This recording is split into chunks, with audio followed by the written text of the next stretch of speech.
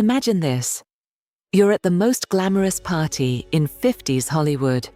The champagne flows like water, the diamonds are real, and everyone's smiling for the cameras. But here's what nobody tells you about old Hollywood. Behind those perfect smiles, some of the biggest stars were plotting each other's downfall with the dedication of chess grandmasters. Welcome to the glittering, vicious world where ego met artistry and where professional jealousy became an Olympic sport. Today, we're diving into 10 legendary feuds that make modern celebrity Twitter beefs look like playground squabbles. These weren't just disagreements. They were masterclasses in shade, sabotage, and sometimes, surprisingly, survival. We're talking about battles that destroyed careers, created masterpieces, and in one case, involved the FBI. So grab your popcorn, because you're about to witness what happens when Hollywood royalty goes to war. Let's start with a rivalry that began in the crib. Olivia de Havilland and Joan Fontaine weren't just feuding actresses, they were biological sisters who turned sibling rivalry into a lifelong blood sport. According to Joan, the hostility started when she was born. Little Olivia, just 15 months old, was decidedly unimpressed by having to share mommy and daddy's attention. From there, it escalated into what Joan described as years of bullying, berating, and actual physical fights. We're not talking about borrowed sweater disputes here. These were full-contact sibling wars. The professional battlefield opened when Olivia became a star first, landing major roles in A Midsummer Night's Dream and a string of swashbucklers with Errol Flynn. Joan followed, but with one catch: Hollywood wasn't big enough for two de Havillands. Joan was forced to use the family's actual surname, Fontaine, while Olivia kept the more exotic de Havilland. Imagine being told you can't even use your own name because your sister called dibs. Both sisters soared to superstardom. They dated the same men, competed for the same roles, and here's where it gets delicious. They were both nominated for Best Actress at the 1941 Academy Awards. Joan won for Suspicion. When she went up to collect her Oscar, Olivia refused to shake her hand. Olivia would win her own Oscars in 1947 and 1950, but when Joan tried to congratulate her at the 1947 ceremony, Olivia famously turned her back. The feud never healed. Even as late as 2013, when Joan passed away, Olivia, then 97 years old, remained silent. Some grudges, it seems, are carved in stone. Now let's travel to 1956 London, where an unstoppable force met an immovable object. Marilyn Monroe meets Laurence Olivier. Here's what makes this fascinating. Marilyn was trying desperately to be taken seriously as an actress. She'd formed her own production company, Marilyn Monroe Productions, specifically to escape being typecast as just another blonde bombshell. She wanted to work with theatrical royalty, and Olivier was as royal as it got. Olivier, meanwhile, was 49 and worried he was becoming irrelevant. His marriage to Vivien Leigh was crumbling, and he needed a commercial hit. So when Marilyn offered him the chance to co-produce, direct, and star opposite her in The Prince and the Showgirl, it seemed like destiny. Instead, it became purgatory. The problem? Completely incompatible work ethics and methods. Olivier was old-school British theatre. Show up on time, know your lines, hit your marks, done. Marilyn was method. She needed to feel the character, consult with her acting coach Paula Strasberg for every scene, and sometimes showed up 3 days late because she wasn't emotionally ready. Here's a lesser-known detail. When Olivier tried to give Marilyn direction by telling her to just be sexy, she was furious. She hadn't fought her way out of Hollywood's blonde bombshell box just to be reduced to be sexy by one of the world's greatest actors. The tension was nuclear. Cast member Jean Kent later recalled that Marilyn appeared dirty and disheveled, and that Richard Wattis, who appeared in many scenes with Monroe, took to drink because takes had to be done so many times. But here's the plot twist. Despite the chaos, The film came in under budget and ahead of schedule, requiring only 2 days of reshoots. And Marilyn? She won both the Italian David Di Donatello Prize and the French Crystal Star Award for Best Foreign Actress. Critics finally saw past her body and celebrated her talent. Years later, near the end of his life, Olivier admitted, "I just don't think I tried terribly hard to get on with Marilyn. Her personality was strong on the screen. She gave a star performance. Maybe I was too tetchy with Marilyn and with myself because I felt my career was in a rut." It's almost like an apology. Almost. Keep watching. We've some more legendary firestorms with little-known details ahead. They were the definition of showbiz magic. Dean Martin, the smooth as silk crooner, and Jerry Lewis, the manic comedic genius. From 1945 to 1956, they were the highest-paid act in show business, pulling down money that would make today's stars weep. But paradise was poisoned from within. Martin grew increasingly frustrated that Lewis was perceived as the creative brain, while Dean was relegated to being the straight man, just the pretty face singing pretty songs. The breaking point came after a Look magazine cover featuring both of them cropped Martin completely out of the image. During a heated argument, Martin told Lewis he was nothing but an effing $sign to me. They split. And then, 20 years of absolute silence. Think about that. 20 years without speaking to your best friend, your creative partner, the person you conquered Hollywood with. That's not just a feud, that's a marriage-level breakup. The redemption came in 1976, when Frank Sinatra, always the orchestrator, arranged for Martin to surprise Lewis during his annual Labor Day telethon. The moment they embraced, millions watching witnessed something rare in Hollywood. Genuine reconciliation. Their old chemistry returned instantly, and they talked every single day after that reunion until Martin's death in 1995. Lewis later said about their 2-decade silence, "The stupidity of that I cannot expound on." Here's a feud that was largely one-sided, which somehow makes it sadder. Boris Karloff versus Bela Lugosi. Both men became horror icons in the 1930s, Lugosi as the definitive Count Dracula, and Karloff as Frankenstein's monster. The irony? Lugosi was originally offered the Frankenstein role, but turned it down because he didn't want to wear heavy makeup. That decision haunted him for the rest of his life. Karloff transformed Frankenstein's monster into an emotional, sympathetic creature, a performance that launched a versatile career, playing mad scientists, detectives, and aging horror actors. He was a workhorse who never let one role define him. Lugosi took the opposite path. He nursed a bitter grudge against Karloff, considering him a lesser actor and blaming him for his own typecasting in horror roles. The painful irony: Karloff never paid much attention to Lugosi's resentment, which only made it sting more.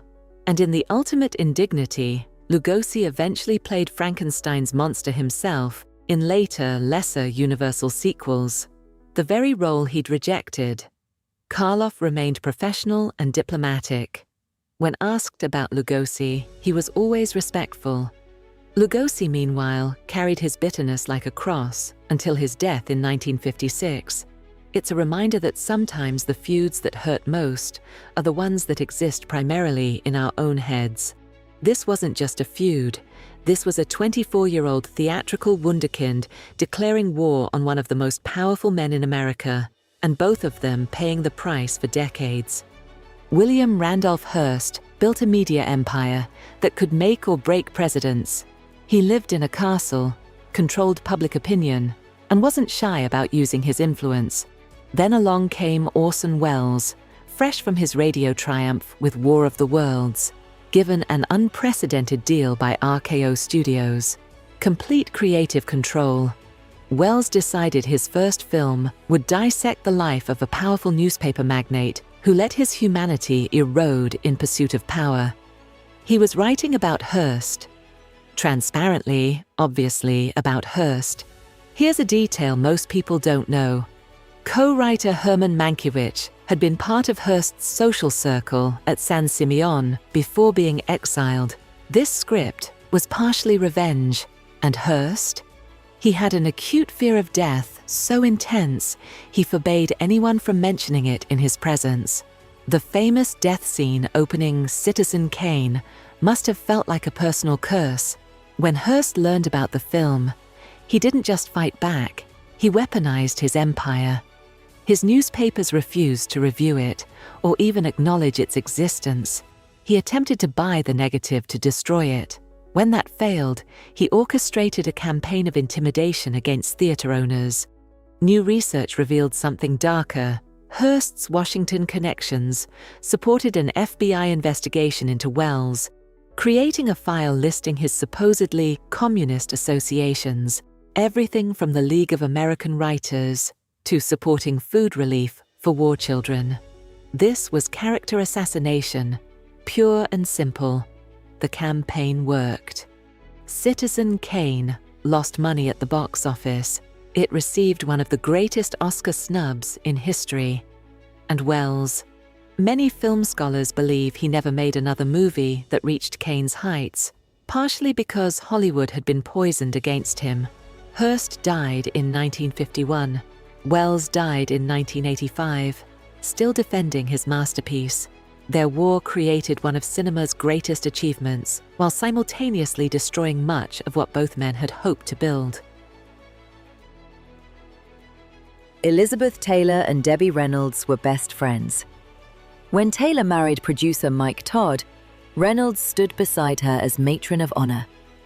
They were really Hollywood's golden friendship, until tragedy and betrayal tore it apart.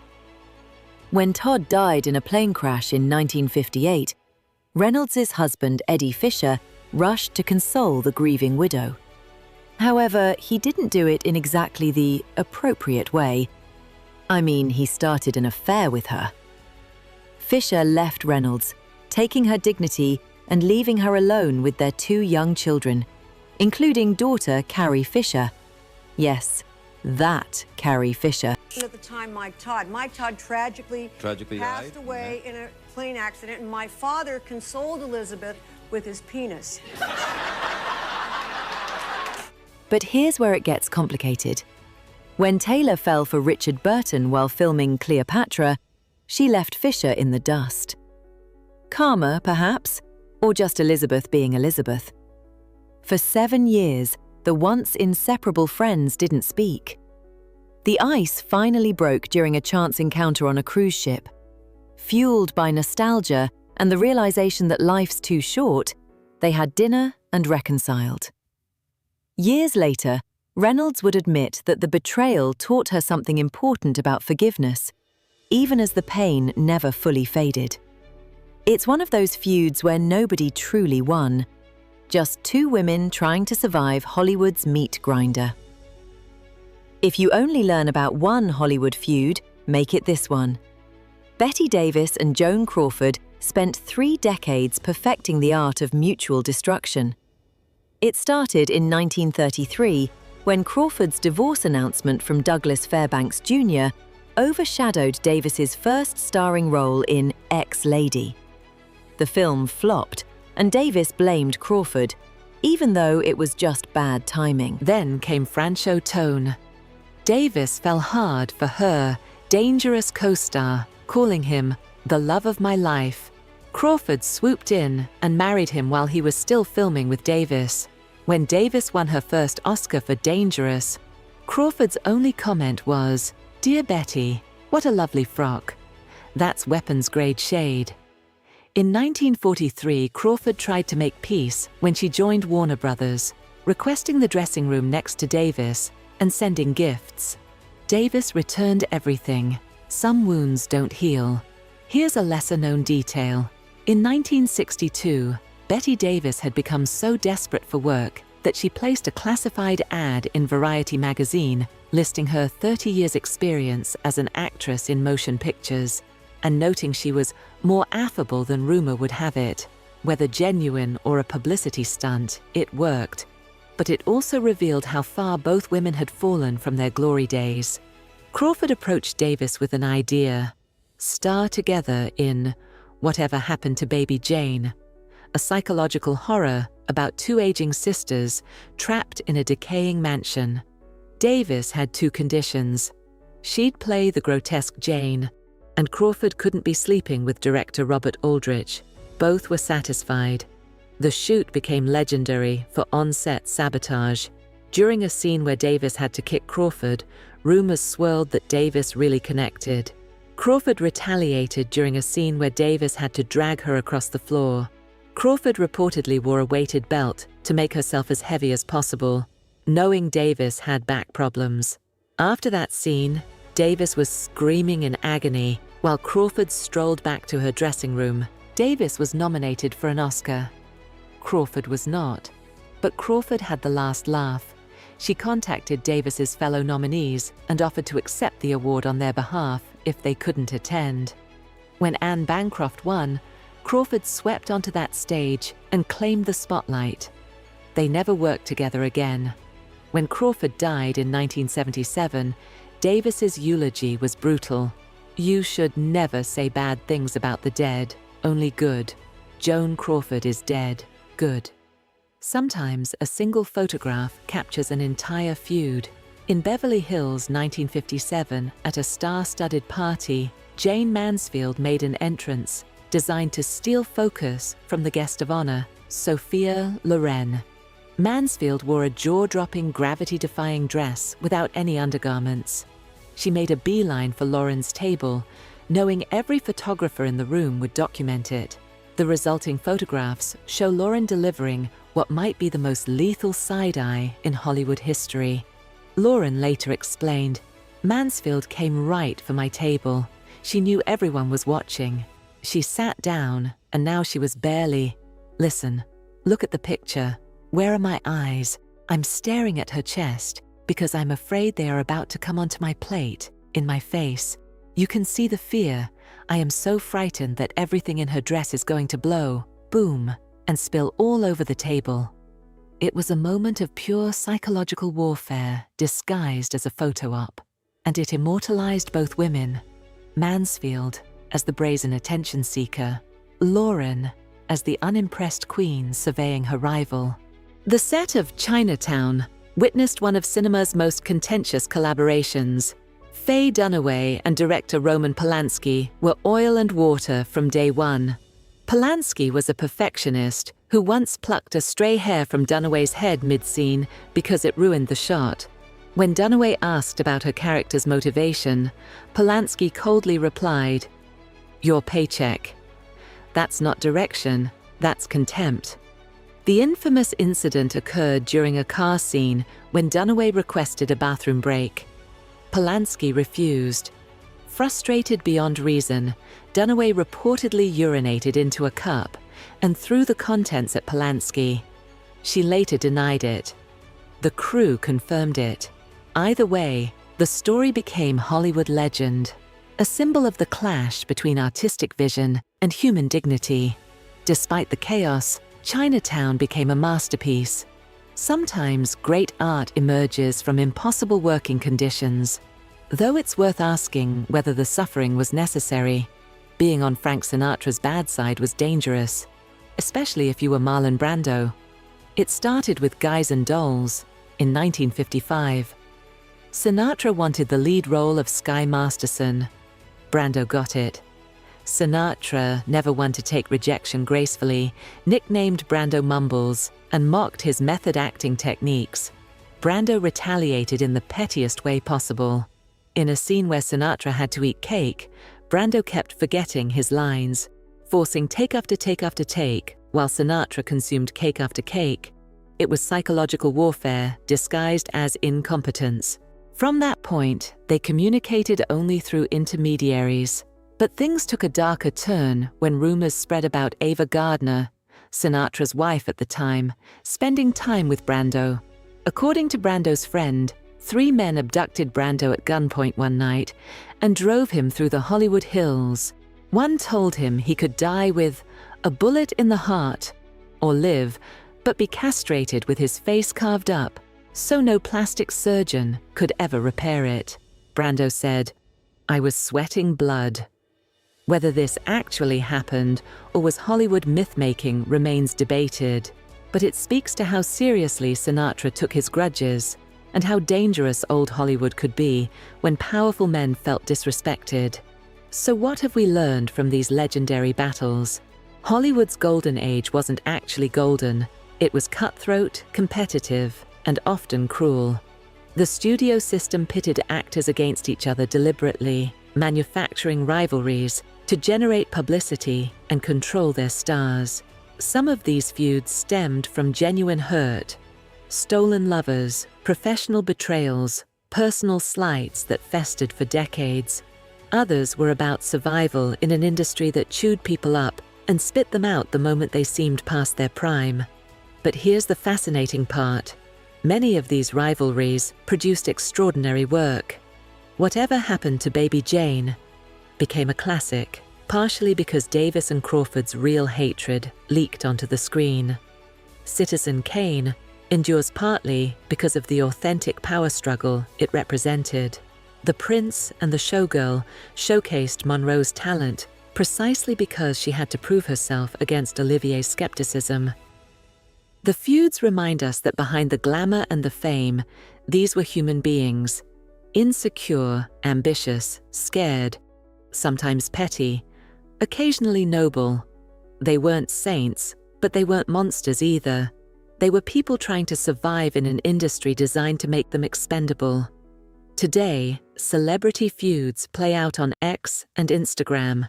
They're immediate, often forgotten within weeks. But these golden age battles, they lasted decades, created art, destroyed careers, and became part of Hollywood mythology. Because in the end, the feuds weren't just about who won or lost. They were about who got remembered, and on that score, every single person we've discussed today achieved immortality.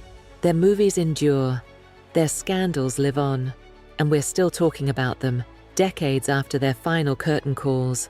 That, perhaps, is the ultimate Hollywood ending. To be so spectacular in your conflicts that even your feuds become legendary. Thank you for joining us on this journey through Hollywood's most spectacular battles. Remember, next time you're at a party and someone seems a little too perfect, a little too composed, just know they might be plotting something worthy of Bette Davis herself. Until next time, keep your friends close and your co-stars closer. If you enjoyed the video, please help our channel grow and like and subscribe. We hope to see you again soon.